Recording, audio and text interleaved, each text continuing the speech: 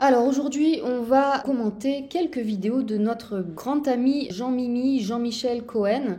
Je vous ai sélectionné 3-4 vidéos que l'on va commenter. Alors on va pas les regarder en entier, sinon ça va être trop long, mais quelques extraits pour voir en fait quels sont ces critères à Jean-Mimi pour nous dire qu'un aliment est bon pour la santé ou non. Alors je vais commencer par cette vidéo qui est sa vidéo, je crois, la plus connue et qui a fait le plus polémique à cause de sa conclusion. Si j'avais un choix à faire chez McDo, le Big Mac pour moi c'est un top produit, le cheeseburger c'est un top produit, les potatoes de luxe c'est un top produit, les nuggets c'est un top produit. Et donc on va voir ce qu'il regarde quand il analyse un repas McDo. Alors je m'excuse d'avance s'il y a un bruit de fond là où je suis parce que je suis au Mexique, c'est un pays où ils font beaucoup de bruit, donc il y a la musique dehors, etc. Donc j'espère que vous n'allez pas trop l'entendre. Allez, c'est parti. Regardez le filet aux fiches, qu'est-ce que ça vaut? Quand vous achetez un sandwich au McDo, vous devez regarder 3 choses. 1, le poids. 2, la valeur calorique. 3, combien il y a de graisse dedans. Et pour les plus malins d'entre nous, ils regardent combien il y a de protéines par rapport à la graisse. Quand on a plus de protéines que de graisse, c'est un bon produit. Voilà quels sont ces critères à notre cher docteur nutritionniste Jean-Michel Cohen. On regarde le poids, on regarde le nombre de calories, les lipides et s'il y a plus de protéines que de lipides dans le sandwich McDo. Et en utilisant ces 4 critères, on va pouvoir voir si c'est bon pour nous ou pas. Donc le poids, bon ok, le nombre de calories. Alors Jean-Mimi, lui, il s'attarde plus sur les régimes amaigrissants que sur autre chose en fait. Donc on peut lui trouver cette excuse. C'est vrai que dans toutes ses vidéos, sa priorité c'est d'essayer d'aider les gens à maigrir plutôt que d'aider les gens à être en bonne santé. Bon, après moi c'est pas mon avis qu'on puisse maigrir en mauvaise santé ou qu'on puisse être en mauvaise santé et avoir un bon poids corporel. Si vous êtes trop gras, ça veut dire que vous n'êtes pas en bonne santé. Donc si vous prenez en main votre santé au niveau de l'alimentation et de l'hygiène de vie, vous allez maigrir parce que vous êtes en bonne santé. Donc c'est d'abord la santé qu'il faut regarder si vous voulez maigrir. Mais je pense qu'on n'est de toute évidence pas d'accord sur ce point-là avec Jean-Mimi. Donc pour revenir sur ces critères avec en numéro 2 la valeur calorique, il va regarder le nombre de calories dans l'aliment que vous allez manger. Et ça va être un critère très important pour lui pour vous dire si c'est bien ou pas. Alors déjà, il faut savoir ce que c'est la valeur calorique d'un aliment. Il faut bien comprendre que les calories, c'est une mesure d'énergie, ok? C'est la mesure qui va vous permettre de savoir dans tel aliment vous avez tant d'énergie. C'est-à-dire que vous allez obtenir tant d'énergie en mangeant cet aliment. Donc on va regarder la définition ici. La calorie est définie comme la quantité d'énergie nécessaire pour élever la température d'un gramme d'eau liquide de plus 1 degré sous une pression d'une atmosphère et vaut environ 4000 joules. Il faut bien comprendre ce que c'est qu'une calorie et quand on parle d'aliments et de leurs calories, on parle tout simplement de l'énergie qu'ils vont vous fournir. Donc c'est quoi le but de manger? C'est 1, d'obtenir de l'énergie, donc là on regarde les calories, et 2, d'obtenir des nutriments et des micronutriments en particulier. Mais lui déjà, les nutriments, comme on l'a dit, ça n'intéresse pas. Si on revient à la valeur calorique des aliments, si vous voulez vraiment regarder si un aliment est intéressant, c'est d'accord, oui, les calories et le nombre de micronutriments, en tout cas la quantité de micronutriments. Et l'aliment le plus intéressant, ce sera celui qui a le moins de calories pour le plus de nutriments. Ça veut dire que ce sera un aliment hyper dense, hyper riche en nutriments. Donc vitamines, minéraux, etc. Donc au niveau de la santé, ça, ce sera un bon aliment. Après, pour la valeur calorique, tout dépend de si vous souhaitez grossir ou maigrir. Donc à nouveau, lui, c'est un nutritionniste spécialisé dans la perte de poids, donc c'est ce qui va l'intéresser avant tout. Mais il faut bien retenir que voilà, quand vous mangez, c'est aussi pour avoir de l'énergie. Donc si vous voulez avoir peu de calories dans votre alimentation, mangez moins, mais mangez des produits de qualité riches en nutriments ou alors, comme je l'ai dit, privilégiez des aliments très denses en nutriments et avec une faible valeur calorique si vous souhaitez maigrir. Typiquement, ça va être le foie ou les fruits de mer comme les huîtres qui sont des super aliments dans ce sens-là, c'est-à-dire que ce sont des super concentrés de vitamines, de minéraux hyper biodisponibles. Et en l'occurrence, ce sont des aliments qui sont faibles en calories, donc si vous souhaitez maigrir, ce sera très bien. Bon, j'ai 2 vidéos sur ces aliments. J'ai une vidéo sur le foie où j'explique pourquoi le foie est un super aliment et j'ai une vidéo aussi sur les huîtres où j'explique pareil pourquoi les huîtres sont un super aliment. Je vous mettrai les liens sous cette vidéo dans les commentaires si vous voulez aller les voir. 3, combien il y a Voilà. Ensuite, ce qu'il regarde, c'est le taux de lipides. Ce qui est intéressant, c'est qu'il ne fait pas la distinction entre les différents lipides. Les lipides, c'est les graisses. Pour lui, elles se valent toutes. Mais c'est loin d'être la réalité. Vous avez des graisses de différentes qualités selon le processus de raffinage, selon si on les a chauffées ou pas, ça va les rendre pro-oxydantes. Comme toujours, il faut regarder la base, en fait, par exemple une huile d'olive, il faut regarder quelles olives ont été utilisées. Est-ce que c'est des olives de qualité? Est-ce que c'est des olives issues d'un verger bio ou pas? Est-ce que c'est des olives qui ont été aspergées de pesticides et autres produits chimiques qui vont se retrouver dans l'huile que vous allez consommer? Ces produits chimiques qui vont perturber beaucoup de choses dans votre corps, votre système hormonal, votre système nerveux, votre système digestif, etc. Donc il faut toujours regarder la qualité déjà des ingrédients de base avant ensuite d'aller plus en détail. Donc là, par exemple, sur l'huile d'olive, on regarde la qualité des olives. Et puis ensuite, on regarde le processus qui a permis de fabriquer cette huile d'olive. Est-ce que c'est une huile d'olive où ils ont utilisé des machineries très agressives pour extraire l'huile ou est-ce qu'ils ont utilisé des pierres comme on faisait autrefois dans les moulins? L'air de rien, ça ne va pas donner la même qualité. Parce que plus le pressage est agressif, plus déjà on peut avoir une augmentation de la température qui va changer la nature des acides gras. Et aussi, on peut retrouver des microtraces de métaux, par exemple, dans l'huile quand ça a été pressé par des machines, par des moulins modernes. Et donc, une autre chose à regarder justement quand on regarde les huiles, c'est est-ce qu'elles ont été extraites à froid ou pas? Si elles ont été extraites à froid, tous les nutriments seront conservés, l'huile va être mieux préservée, il va y avoir moins de formation de radicaux libres, alors qu'au contraire, si l'huile a été chauffée, parce que les industriels, quand ils vont fabriquer des huiles, souvent ils vont utiliser soit du chauffage, ils vont chauffer par exemple les olives, parce qu'en chauffant, on va plus facilement extraire plus d'huile, c'est un meilleur rendement, mais on va dénaturer les acides gras qui peuvent s'oxyder et donc devenir pro-inflammatoires. Et ils peuvent aussi utiliser des produits chimiques pour mieux extraire les huiles, comme l'hexane. Bon, je ne vais pas trop m'attarder sur ce sujet-là parce que j'ai écrit tout un article sur les huiles et les graisses dans mon blog. Donc, je vous mettrai le lien de mon blog dans les commentaires si vous voulez aller le lire pour plus de détails donc, sur les qualités, les différentes qualités d'huile, comment choisir votre huile ou de manière générale vos graisses dans votre alimentation. Allez, on continue la vidéo.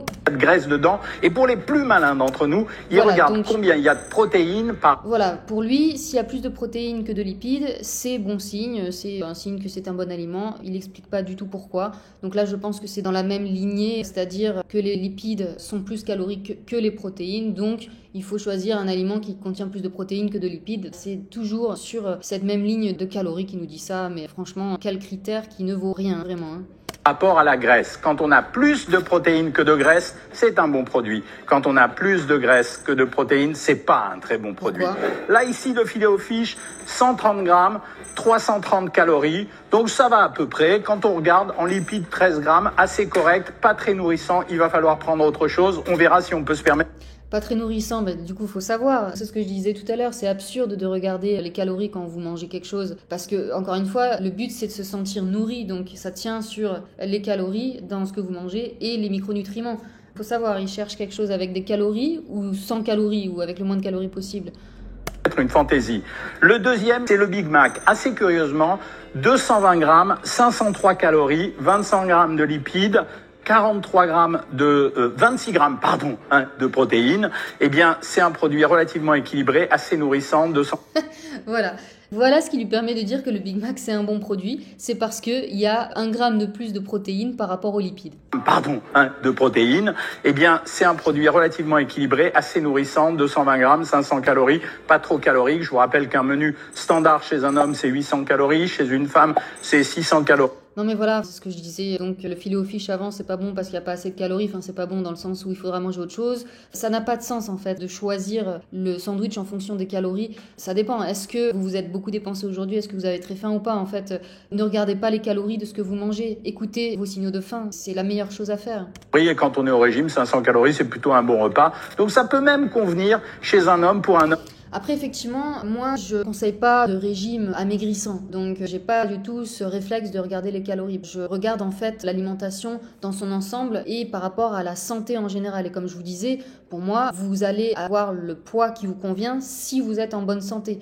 Donc le but, c'est plus d'être en bonne santé que de perdre du poids. Si vous êtes en bonne santé, vous allez avoir le poids qui vous convient. Voilà.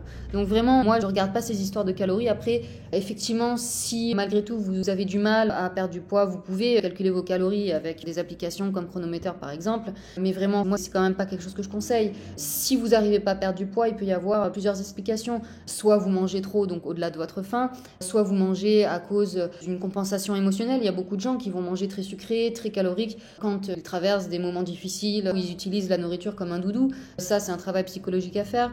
Vous allez avoir du mal à maigrir si vous avez un dérèglement hormonal. Ça, c'est quelque chose de très important à regarder. Donc avant de vraiment aller calculer vos calories, rétablissez déjà un bon système digestif, c'est vraiment la base. C'est ce que je conseille sur ma chaîne YouTube. J'ai plein de vidéos qui vous expliquent comment régler vos soucis digestifs, que ce soit au niveau de l'estomac, du foie, des intestins, mais aussi régler votre système hormonal. Si vous avez des problèmes de thyroïde, si vous avez des problèmes hormonaux quels qu'ils soient, ça va influencer effectivement votre prise ou votre perte de poids. Donc ça rejoint ce que je dis. Avant tout, prenez soin de votre santé et vous aurez le poids idéal en conséquence.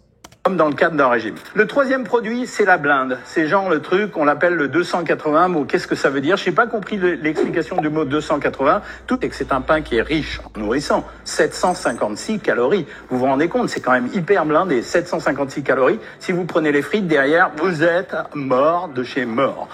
40 grammes de... Ouais, mais encore une fois, si vous regardez les calories et que votre objectif c'est de manger 1800 calories dans la journée, vous mangez un repas au lieu de 3. Enfin bon, encore une fois, moi, cette façon de voir l'alimentation par rapport aux calories, je trouve ça absurde, mais bon. Lipides, 43 grammes de protéines. Bon, c'est normal. Comme c'est un produit qui est quand même très riche en viande, c'est normal qu'il y ait beaucoup de protéines. Et après, vous... Du coup, bon, il l'a pas dit, mais avec sa logique, normalement, ça va, parce qu'il y avait plus de protéines que de lipides. La surprise pour moi, ça a été ça. Vous avez vu le wrap? Sympathique, quoi. La petite feuille qui enveloppe le produit à l'intérieur. Eh ben, la grosse surprise, le wrap fait 220 grammes. C'est-à-dire que ça se compare au Big Mac. La seule différence, c'est qu'il est à 568 calories, mais qui contient en réalité 26 grammes de lipides. Donc ce produit qui peut sembler en apparence un des produits les plus intéressants chez McDo n'est pas un des produits les plus intéressants. On continue. Mais regardez sur quoi il se base pour dire qu'un produit est intéressant nutritionnellement ou pas, quoi. C'est un nutritionniste, c'est hallucinant. Les nuggets, je vous les fais pas parce qu'en fait, les plus gourmands, ils vont en prendre 20, les autres vont en prendre 4, certains piquent dans la boîte de l'autre. Un nugget, ce que vous devez savoir, c'est que ça fait 20 grammes un nugget. Ça vaut 50 calories le nugget.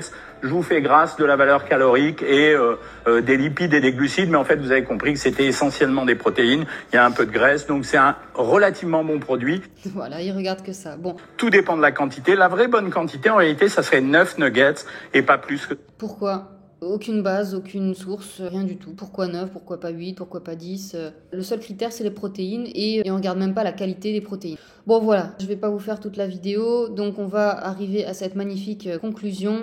Si j'avais un choix à faire chez McDo, le Big Mac pour moi c'est un top produit, le cheeseburger c'est un top produit, les potatoes de luxe c'est un top produit, les nuggets c'est un top produit à condition d'en prendre 8 ou 9 et pas plus. Et bien sûr, si vous avez aimé...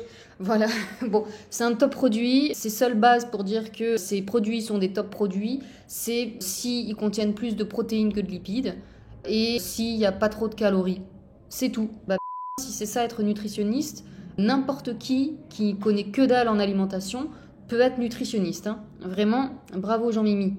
Alors Jean-Mimi, comme il s'est pris une grosse volée dans les commentaires après cette vidéo sur le McDo où il dit que c'est des top produits, il a fait une vidéo pour réagir sur les réactions des gens. On va lire juste quelques commentaires sous sa vidéo des top produits là. Bonjour, je suis vos conseils pour un gym, j'ai pris 9 kilos en 2 mois. Les burgers McDo sont des top produits maintenant, merci pour ces bons conseils, plein de bon sens docteur. Le Big Mac, pour moi, est un top produit. Jean-Michel Cohen, nutritionniste, le 21-10-2017. Merci docteur, je connais les top produits grâce à vous. Il y en a quand même qui sont d'accord avec cette façon d'analyser l'alimentation. Bah écoutez, hein, il en faut pour tout le monde. Hein. C'est pour ça d'ailleurs qu'il a 991 000 abonnés. Hein. C'est que forcément, il y a des gens qui ne connaissent rien en nutrition et qui lui font confiance. Et oui, les bouboules, vous pouvez manger un second Big Mac sans complexer parce que c'est un top produit. Voilà, allez, on va voir sa vidéo suivante où il réagit aux commentaires de cette vidéo qu'on vient de voir. Qu'est-ce qu'on appelle malbouffe réellement? C'est en général une nourriture hyper calorique, trop grasse, trop salée, parfois trop sucrée. Voilà, encore une fois, on a ces mêmes critères, les calories, la graisse, là il nous rajoute le sel et le sucre, mais il nous parle toujours pas de micronutriments, de vitamines, de densité en vitamines et minéraux. C'est toujours quelque chose de très très superficiel. Parce que la malbouffe, c'est pas seulement de la graisse, du sucre et du sel. C'est aussi le fait que cette nourriture, elle contient jamais de fibres, c'est-à-dire pas de végétaux la plupart du temps, et puis que les ingrédients qui sont choisis, ils sont pas terribles. Regardez, par exemple, la viande de chez McDo, pour qu'elle soit juteuse, il faut qu'elle fasse plus de 20% de matière grasse. Alors toi, J'ai eu un petit espoir. J'ai eu un petit espoir qui parle des vitamines, minéraux, de ce qui importe vraiment en fait dans la nourriture et qui puisse nous faire dire que c'est une bonne qualité ou pas. Mais non, il revient sur la quantité de matière grasse et puis il nous parle de fibres. Les fibres sont intéressantes dans notre alimentation, mais pas au point qu'on nous rabâche depuis quelques années qu'il faut se gaver de fibres. Ça, j'en parle dans plusieurs vidéos, où au contraire, se gaver de fibres, ça peut causer des problèmes comme la constipation, l'irritation des intestins, etc. Après, bon, si on parle de fibres en quantité normale et au sein d'une alimentation normale, c'est-à-dire des fibres qui viennent de légumes entiers que vous mangez et non pas en ajoutant des fibres isolées comme du son de blé que vous allez prendre en poudre, ça, c'est pas une bonne idée, mais des fibres dans le cadre de votre consommation de légumes, ça, il n'y a pas de souci. J'ai eu un mini espoir qui nous parle de vraie qualité, puis non, il revient par rapport à la quantité de matière grasse. Bon voilà, en gros, cette vidéo elle sert à rien. Il réagit très faiblement aux critiques qui lui ont été faites. Il ajoute rien en fait dans cette vidéo. Bon, on va passer à la suivante. Alors, sa vidéo sur les frites. Ce qui nous intéresse, ça va être quand il va parler notamment de l'huile de friture. Je vais vous laisser écouter. Il faut faire attention parce qu'il y a deux problématiques quand on fait chauffer de l'huile. Première problématique, c'est qu'une huile qu'on chauffe, eh bien, elle se dégrade au bout d'un moment, elle va se charger en acides gras saturés. Je sais qu'il y a des gens en ce moment qui contestent les acides gras saturés. C'est une affaire de connaissance. Ça montre encore une fois qu'il parle de quelque chose qu'il ne comprend pas. Là, il dit que l'huile chauffée va se charger en acides gras saturés. Non, en fait, tout ce qui va se passer quand vous chauffez une huile, c'est que les acides gras vont se transformer en acides gras trans. C'est pas du tout pareil que saturé. Voilà, il sait pas de quoi il parle. Je vais pas revenir en détail sur les différents types de graisses. Encore une fois, allez lire mon article sur le sujet où je détaille ça. Mais en gros, vous avez 3 types d'acides gras naturels, les polyinsaturés, les monoinsaturés et les saturés. Et après, lorsqu'ils sont trop chauffés, ces acides gras peuvent s'oxyder et se transformer en acides gras trans qui sont très pro-inflammatoires. Pour plus de détails, allez lire mon article sur le sujet. C'est juste ça. Et donc, c'est mauvais d'avoir des huiles qui soient trop riches en acides gras saturés. Et là... Ouais, là, il est en train de vraiment confondre les deux. Puis en plus, c'est mauvais. Non, ça dépend. Après, c'est vrai qu'un excès d'acides gras saturés, dans certains régimes où les gens vont se gaver d'acides gras saturés, comme les gras animaux, on peut voir une augmentation du cholestérol. Mais après, bon, c'est effectivement tout un débat, cette histoire de cholestérol. Il faudra que je fasse une vidéo là-dessus. Mais de 1, le cholestérol, le corps en a besoin, entre autres, pour fabriquer ses hormones. Et de 2, ce qui a tendance à donner le plus de cholestérol, ce qui va faire en sorte que le corps fabrique du cholestérol pour le mettre dans les artères, c'est quand les artères sont abîmées. Et la première cause des problèmes cardiovasculaires, enfin les premières causes, ça va être un excès de sucre dans l'alimentation et donc un excès de sucre dans votre sang qui abîme votre système circulatoire et c'est là que le corps va envoyer du cholestérol dans vos artères pour protéger les artères abîmées par cet excès de sucre. Après, les excès de cholestérol, encore une fois, le corps met dans le but de protéger ses artères. Donc ça peut être l'excès de sucre, ça peut être l'excès de stress qui peut donner de l'hypertension, ça peut être l'excès d'alcool, de tabac. Voilà, ça va être les causes principales des problèmes cardiovasculaires et le cholestérol n'est que la conséquence de ces problèmes-là. Après, oui, on peut avoir trop de cholestérol si on mange beaucoup trop de graisses saturées et là, oui, ça peut finir par poser des problèmes, mais c'est loin d'être le problème chez la plupart des gens. La plupart des gens ont plus le problème de manger beaucoup trop de sucre et de glucides raffinés que de manger trop de gras saturés. Deuxième chose, c'est le dégagement des vapeurs de cette huile qui sont, dit-on, probablement cancérogènes. Ça veut dire que si vous avez trop de vapeur d'huile qui se dégage dans votre cuisine, c'est pas forcément intéressant. C'est pour ça qu'en général, ils ont mis des couvercles pour essayer de nous protéger de ça. En moyenne, on peut considérer qu'une pomme de terre, quand on va faire des frites, va absorber entre 14 et 18% de la matière grasse dans laquelle elle a été cuite. Bon, là c'est pareil, il va nous faire un speech comme quoi le moins il y a de matière grasse sur vos frites, le mieux c'est, parce que pour lui, le diable c'est les lipides. Et encore une fois, ici il faut regarder le type de lipides. Est-ce que ça va être de l'huile de friture, de graisse végétale hydrogénée, comme c'est maintenant le cas chez McDo? Encore une fois, pour plus de détails, allez lire mon article sur le sujet où je vous parle des graisses hydrogénées et du problème qu'elles posent. Donc, est-ce que ça va être des graisses végétales hydrogénées hyper pro-inflammatoires dans lesquelles sont cuites vos frites, ou est-ce que vous allez cuire vos frites dans de la graisse animale, comme dans du gras de porc ou du gras de canard ou du gras de bœuf?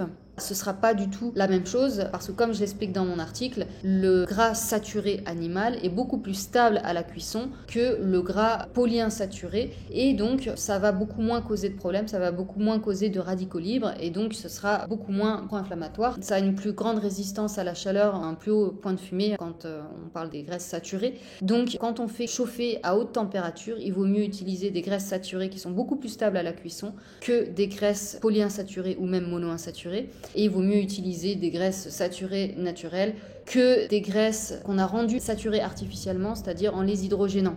Alors oui, je voulais juste revenir sur cette partie-là de la vidéo où il nous parle de combien de glucides on devrait consommer. Alors amidon, vous avez compris ce que c'était. C'est d'ailleurs ce dont on essaye faussement d'ailleurs de se débarrasser quand on fait des frites. Et glucides complexes, vous savez que c'est la source d'énergie principale pour notre organisme. On recommande en France d'avoir une consommation d'énergie sous forme de glucides complexes de l'ordre de 40 à 50% seulement. Bon, déjà, oui, glucides simples, glucides complexes, avoir cette définition, mais en gros, les glucides simples, ça va être le sucre simple, le sucre en poudre par exemple, et les glucides complexes, ça va être tout ce qui est céréales, pommes de terre, pâtes, riz, etc. Voilà, c'est des définitions qui sont pas très pertinentes parce que si vous mangez du riz blanc ou des pâtes blanches, franchement, ça va être métabolisé à peu près comme le sucre en poudre dans votre corps, dans le sens où si vous prenez votre glycémie après un repas de pâtes ou de riz ou après avoir consommé l'équivalent en sucre pur, ça va donner un pic de glycémie à peu près pareil, voire ça peut être pire quand on consomme des pâtes blanches ou du riz blanc. Pour l'alimentation quotidienne conseillée qui contiendrait 40 à 50% de glucides complexes, ça j'en parle dans une de mes dernières vidéos, ma vidéo sur le meilleur régime pour booster votre libido naturellement, où je parle du fait que justement ça fait quelques décennies que l'on mange de plus en plus glucidique et qu'on voit que ça pose un problème, notamment au niveau hormonal, sans parler de toutes les maladies modernes, cardiovasculaires, l'obésité, etc. Mais déjà, si on s'attarde sur le système hormonal, on voit que cette alimentation riche en glucides, qu'on a depuis pas longtemps en fait, si on regarde par rapport à notre histoire humaine, à cause de cette alimentation, les hommes ont moins de testostérone, les femmes ont de moins bons taux d'œstrogène. Voilà, alors je vais vous passer un petit extrait de cette vidéo. Graisse. D'autres études ont montré que les régimes pauvres en graisse, eux, font diminuer les taux de testostérone par rapport aux régimes riches en graisse. Alors, à savoir que c'est depuis pas longtemps, dans l'histoire de l'humanité, que les humains consomment autant de glucides et qu'ils ont remplacé une partie des graisses alimentaires par des glucides. Et donc, ce changement alimentaire a impacté les taux hormonaux chez les hommes et les femmes. Donc, je vais vous citer une autre étude à ce sujet. Plusieurs études menées dans des pays occidentaux et d'autres pays modernisés ont révélé une baisse de la testostérone totale sérique des hommes d'environ 1% par an à partir des années 1970. Les habitudes alimentaires occidentales ont considérablement changé au cours du XXe siècle, la consommation d'aliments transformés ayant plus que doublé dans les pays occidentaux. La tendance à l'augmentation des aliments transformés et à la diminution de la consommation d'aliments entiers a contribué à un changement des apports en macronutriments depuis le milieu du XXe siècle. Aux États-Unis, de 1965 à 1971, l'apport en graisse a diminué de 235 kcal par jour et de 1965 à 1991, l'apport en glucides a augmenté de 263 kcal par jour. Ces changements ont entraîné une diminution de 10,1% de l'apport en graisse. De 1991 à 2011, ces apports sont restés relativement stables. La diminution de l'apport en graisse était en grande partie une réponse aux directives alimentaires conseillant une réduction de l'apport en graisse à partir des années 1960. Aux États-Unis, la première preuve d'un déclin de testostérone date des années 1980. Cela soulève la question de savoir si les changements dans l'apport en graisse peuvent affecter les niveaux de testostérone. Voilà, fin de citation. Bon, je vais pas vous mettre toute ma vidéo. Pour plus d'infos, allez voir cette vidéo en entier. Mais dans cette vidéo, donc, j'explique bien, contrairement à notre ami Jean-Mimi qui diabolise le gras et qui dit qu'il faut manger plein de glucides, j'explique bien que en faisant ça, c'est la mode comme je l'explique là depuis les années 60, 70, 80. Pourtant maintenant, on connaît les bienfaits de régimes plus riches en graisse et moins riches en glucides. Mais lui, il est resté bloqué dans ce paradigme-là, à diaboliser les graisses et à dire qu'il faut manger 50% de notre apport journalier en glucides. Alors, c'est une vidéo où Jean-Mimi démonte le Nutri-Score, donc là je suis plutôt d'accord avec lui. Le Nutri-Score c'est complètement débile, c'est vraiment pour les gens qui n'y connaissent rien en alimentation et qui n'ont pas envie de faire d'efforts à ce niveau-là. Bon, pourquoi pas dans l'idée, parce qu'on n'a pas tous le temps d'étudier plein de choses dont l'alimentation, mais en tout cas, moi ce que je vous conseillerais, c'est plutôt que de regarder le Nutri-Score, regardez les ingrédients de ce que vous achetez, c'est ça qui va vous donner les meilleures indications. On va écouter ce qu'il nous dit, puis je vais réagir. Alors moi je vais vous dire, le meilleur indicateur pour savoir ce que sont les aliments, c'est la valeur calorique du produit. En réalité, elle vous définit très rapidement le taux de graisse qu'il y a à l'intérieur. C'est toujours la même chose, il regarde les calories et les graisses, sans faire de distinction de graisse. Je vais pas vous redire les mêmes choses que j'ai déjà dit, mais bon. Deuxièmement, la liste des ingrédients. Quand il y a ça d'ingrédients, on sait que c'est un produit transformé, c'est pas idiot.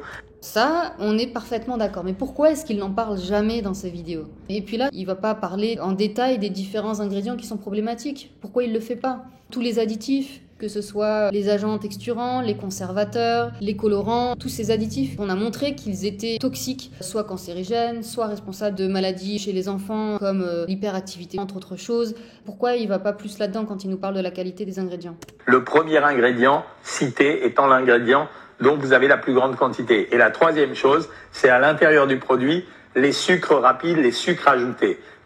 Ça, ok, pourquoi pas. Sucre ajouté, sucre rapide. Après, comme je disais, sucre rapide ou complexe, je trouve que cette catégorisation n'est pas très pertinente. Bon, voilà. Malheureusement, pour lui, c'est ces trois façons de voir si un aliment est sain pour la santé ou pas. Après, autre exemple aussi stupide, là, il n'a pas été cité par les autres articles, on regarde la danette, la fameuse danette qu'on donne aux enfants. Vous remarquerez que le pot est petit d'ailleurs. Il est classé C. Donc ça veut dire qu'ils n'ont pas forcément pris en compte la teneur, le poids d'un produit. Et l'Activia, il est classé B. Ah, pourquoi B? Pourquoi pas A? Pourquoi B, Activia? C'est un produit laitier fermentier qui est du sucre est à 0%. Non, mais c'est l'appareil qui a...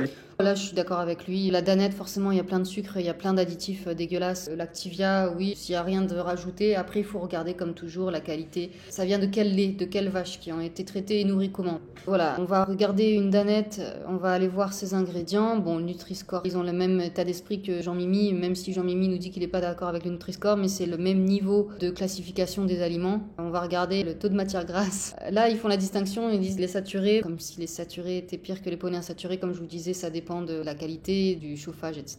Ils regardent les sucres, ils regardent le sel. Mais comme je vous dis, ce qu'il y a à regarder, c'est vraiment au niveau des additifs. Ça, vous le voyez au niveau des ingrédients. Donc en premier ingrédient, lait entier, lait écrémé. Si c'est pas bio, vous êtes sûr que c'est du lait de pauvres vaches qui ne sortent jamais, qui sont nourries à base de soja et donc leur lait est pas du tout équilibré au niveau de tout ce que vous voulez. Ça va être bourré en hormones. Il peut y avoir des traces de produits chimiques, vermifuges ou autres qu'on leur injecte, même s'il y a des règles. En France, on peut pas utiliser leur lait juste après leur avoir administré des vermifuges ou des antibiotiques, mais à ce niveau-là, c'est quand même mieux, je pense, du côté bio.